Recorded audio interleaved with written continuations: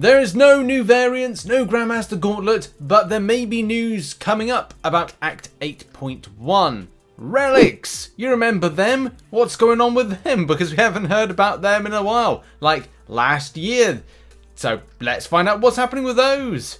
Why is Wiccan able to put Incinerates on Red Guardian and Spider-Man 2099? The Kabam devs respond to this. And why isn't this new feature working in-game currently since the update? Yes, everybody, welcome back to the Marvel Contest Swipe Tappy Newsy show of collection of whether the game is working or not, celebration and desperation of things. Make sure to do the usual by hitting the like button and subscribe with post notifications on all, please and thank yous. But let's get right down to business and what is going down with the game. Good things, bad things, bugs, solutions to things. So there is or was a bug. If you haven't updated the game, please do so, because you'll be getting yourself the new Catalyst extension, the Catalyst Stash extension, which the inventory was kind of like a certain limit. Now it's expanded. A lot of players over the last 24 hours were reporting that they weren't getting this particular change, and even like, you know, Kabam were kind of like saying like this will kind of go live. So yes, if you have not restarted your device since last night, or if you haven't got the update, then you might not see this change. Also, it's a good reminder for players as well in game, which you can see on screen right now. If you go to your inventory and click on Catalyst, make sure to go to the claim max, because the reason is it won't automatically throw in the ones that are in your inventory. So do claim max, because it will allow those catalysts to flood into your inventory as per your level cap. So that's just a top tip from me there if you haven't done that already, because you will suffer with those things expiring. It's also a good reminder for me that I need to rank up 7 more 6 stars to rank 3 this weekend, when I can sit down a bit more time to myself to go, yes, focus on this rank up, Rich. Speaking of yesterday, I think a lot of people were aware of the return. At the end of the week, we're going to be seeing the return of the Summoner Camp. Now, I did a full video on this yesterday, so I'm not going to go talk about it any further. But rewards info is going to be dropped on Friday, and also we'll be doing some breakdowns of the best way to kind of like tackle this.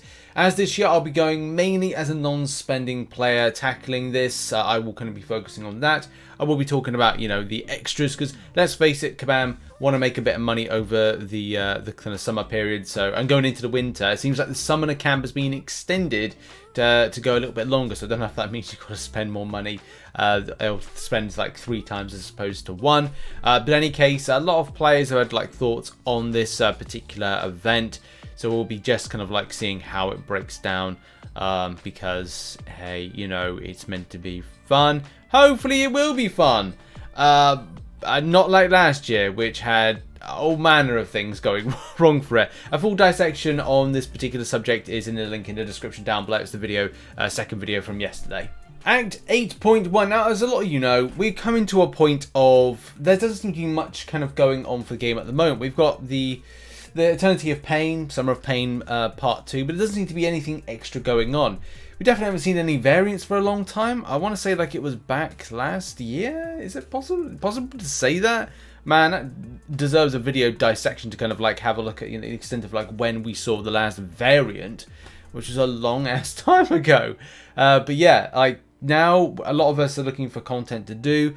I mean, for me, I'm going to be doing the side quest stuff, and because of the start or this month with a new quest that drops later on today, it will mean I'll be 100% in Cavalier difficulty, which is cool. Once I've done that and a good chunk of Eternity of Pain, it'll then be doing stuff like grabbing units for future things, and also going to do Karina's challenges.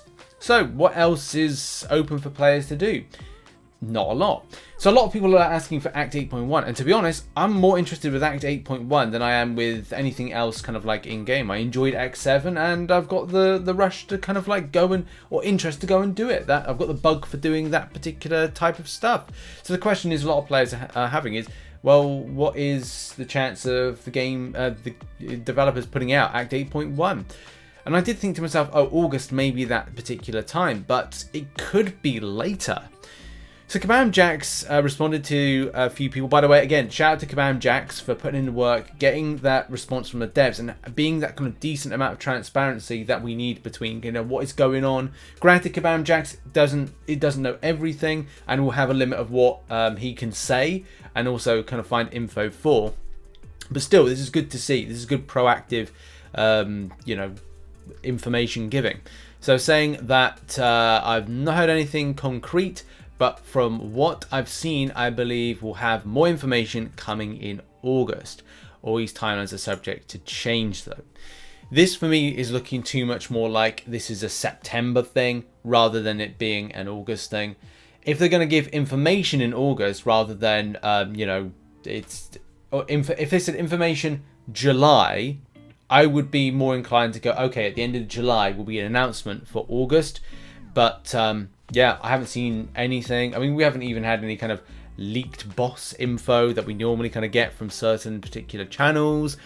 So I would doubt it being in August, which is a little bit sad. I would like to see it in September. I'm ready to go now. I've got revives expiring.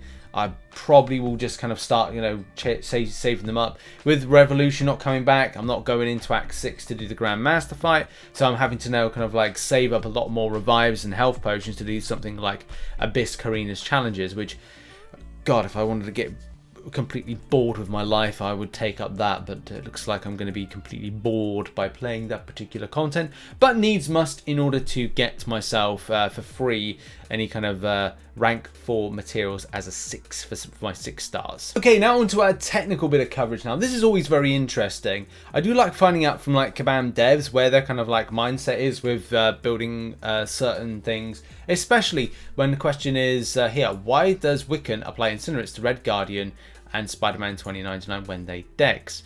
So the player Denrod says here, very curious to understand how does Wiccan's ability of applying an Incinerate debuff when the opponent's ability failed due to his neutralize when the opponent's question is not triggering any buff.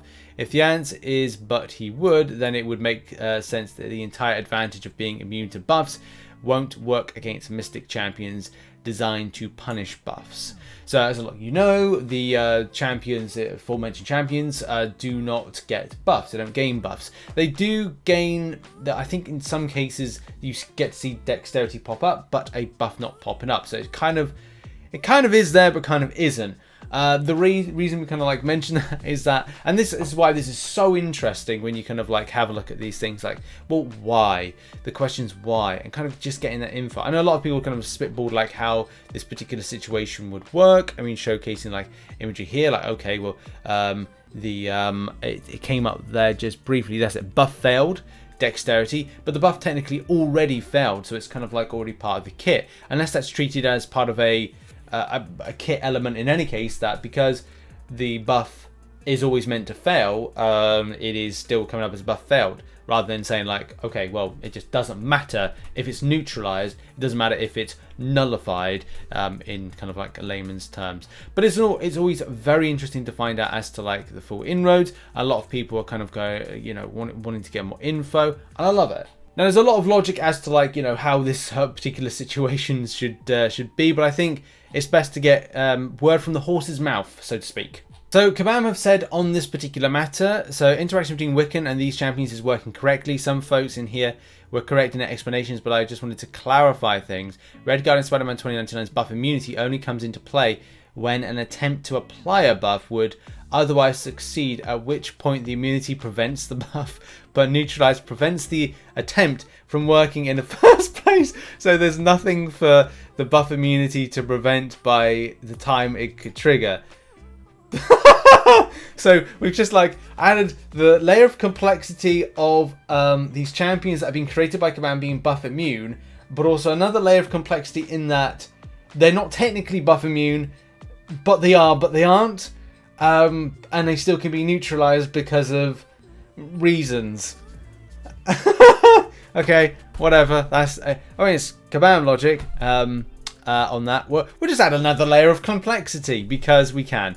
Wiccan applies an Incinerate when an opponent's ability fails due to reduced ability accuracy. Since neutralize reduces ability accuracy and causes the ability dex to fail, which fail before the immunity can trigger, the Incinerate is applied to it. So yeah, we just add another layer of complexity to it because, you know, it is. We have to like, so it's like it's an underlying layer of complexity to, if you think that your buff immune champion, your buff immune champions are safe from ability accuracy reduction based on their ability not to trigger a buff, which they don't.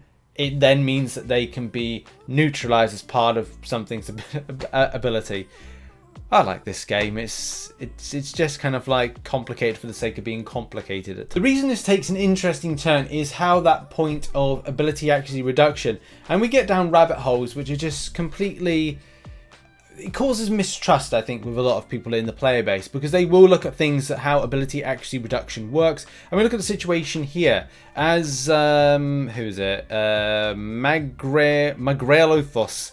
I can't say that in one complete word, but he showcases this, and that because there's an ability accuracy reduction on Old Man Logan, and how he'd interact first of all with dexterity popping up with Mephisto, and then maybe kind of the same situation, because then he's able to get he's able to get that, and then neutralize here, but buff failed.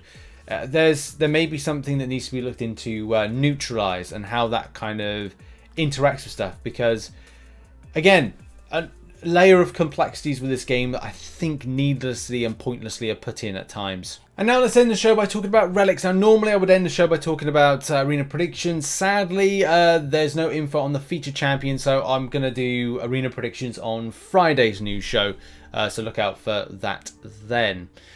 So are Relics still a thing? That's the question we're going to be asking ourselves. What's the deal with Relics? And Kabam Jack straight in going like, Relics are still in active development. Timelines are always uncertain, but we should have more information to share in the near future. Whatever that means, I don't know. But I think it's a question many people are interested in. Is this something that's going to come in with the Battlegrounds launch? Which, let's face it, if that's going to come in line with it, then that's not going to be until next year. That's the first thing. Because Battlegrounds, I think we've got another beta. And then we have to see where we're going with it, because still this work needs to be done on the game mode. There's yes, Act 8.1. Will we see Relics in Act 8.1? I don't know. If that was going to be an announcement, that'll be announced in August, as we said in the show. We've kind of like mentioned when that's likely to be. There's a lot of uncertainty in the future, but it's, I am glad that it's kind of like in somewhat active development. Just reading it. I hope we don't see neither Relics nor at 7 stars for at least 2 years. But looking at how things are going, I think we'll still see them in the near future. It's hard edge to walk. People don't like rewards because they're not pushing them further, and they don't want the next step in progression. But without that, there's nothing to reward in a game like this. There'll always be the next thing on the horizon, and if there isn't, then there's nothing to keep pushing for. I mean, that's true. They just need to kind of make sure they're not allowing this too much to be pay to win, which kind of like undermines like this whole talking point by Kabam Mike. But it is what it is. At the end of the day with the game. Relics soon. Near future. When do you think Relics are coming to the game? Put it in the comment section. And before we end the show, thank you so much to those who support the channel as a YouTube member and as a Patreon. You're on screen right now. Thank you very much. Also, there's support on twitch.tv/RichTheMan live. If you've got Amazon Prime, you can give a free Twitch sub.